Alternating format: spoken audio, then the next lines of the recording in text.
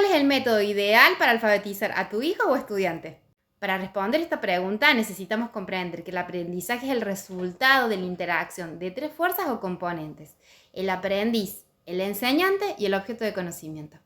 Cada uno de ellos va a aportar limitantes o condicionantes, pero también posibilidades.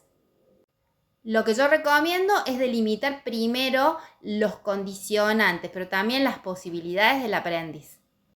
Para luego, en función de eso, elegir el objeto de conocimiento, es decir, aquellas actividades y metodologías que van a ser adecuadas a lo que hemos delineado en el punto número 1. Finalmente, el docente va a ser el encargado de guiar todo el proceso sabiendo qué tipo de actividades le corresponde a cada hipótesis de lectoescritura que nuestro estudiante está construyendo, y adecuará su tipo de intervención siendo más o menos directivo de acuerdo al estudiante.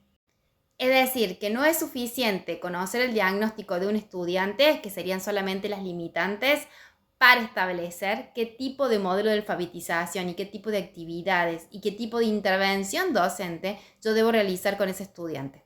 Acá tenemos que dividir los métodos en dos grandes grupos: sintéticos y analíticos. Los sintéticos brindan partes de la palabra para que el estudiante pueda, con esas partes que son sin sentido, luego aprender a escribir palabras. Es decir, le da las sílabas o las letras para que después él vea cómo se construye con eso palabras. Para aplicar este método, el estudiante tiene que tener mucha capacidad de memorizar todos esos símbolos o partes sin sentidos para luego pasar al proceso de utilizarlos en la escritura de palabras. La capacidad de memorizar y crear relaciones va a ser muy importante para que podamos aplicar este tipo de modelo de alfabetización.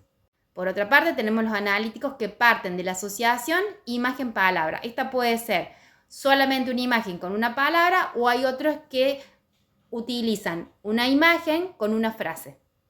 Los métodos analíticos se basan en la asociación directa, es decir, la imagen se asocia directamente a una escritura, así como el niño aprendió a hablar, aprende a escribir. A través de la experiencia práctica, con las tarjetas de imágenes y de palabras, y de ir haciendo asociaciones correctas y erradas. Va a ir reteniendo estos aprendizajes que fueron correctos y va a ir descartando de su mente aquellos que fueron incorrectos.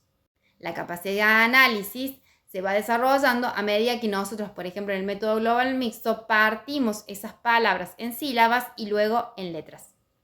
Esto le permite al estudiante ir desarrollando sus competencias cognitivas como el análisis, la memoria y la atención a medida que progresamos en la incorporación de mayor cantidad de vocabulario. Pero también será muy importante la concepción de enseñante que tengamos. Porque un enseñante que interviene permanentemente no genera la autonomía necesaria para que ese estudiante piense por sí mismo y genere esas conexiones interneuronales que estamos buscando en el proceso de alfabetización. Es decir, que él pueda pensar por sí mismo. Si bien estas dos metodologías se piensan como opuestas, en realidad son complementarias. Por eso existe lo de mixto en el método global, porque hemos sintetizado todas las metodologías en una. Con los modelos analíticos, como la palabra lo indica, nosotros partimos de algo entero para irlo analizando, ¿sí? Que es lo que asociamos con lo global.